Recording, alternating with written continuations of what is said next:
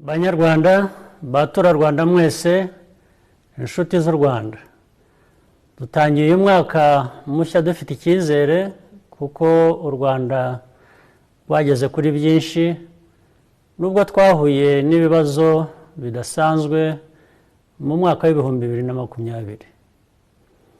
Ibi bivuze ko dushobora gukora n'ibirenze igihe iki cyorezo kizaba kitagihari.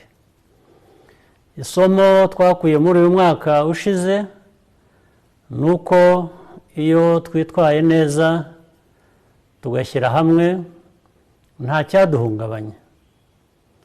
Twese tugomba gukomeza kuba maso mu mezi ari imbere igihe urukingo rwa COVID rutaratugeraho.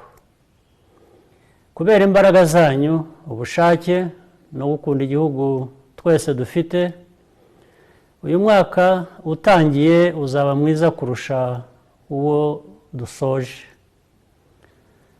Twirinde rero buri wese yite ku bandi.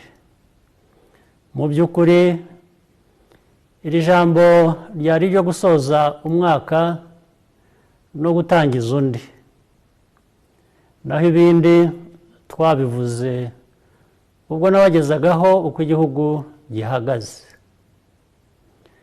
Jye n'umuryango wanjye tubifurije mwese n'abanyu umwaka mushya muhire w'ibihumbi 2021.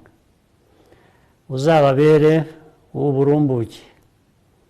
Mugire umugisha w'Imana.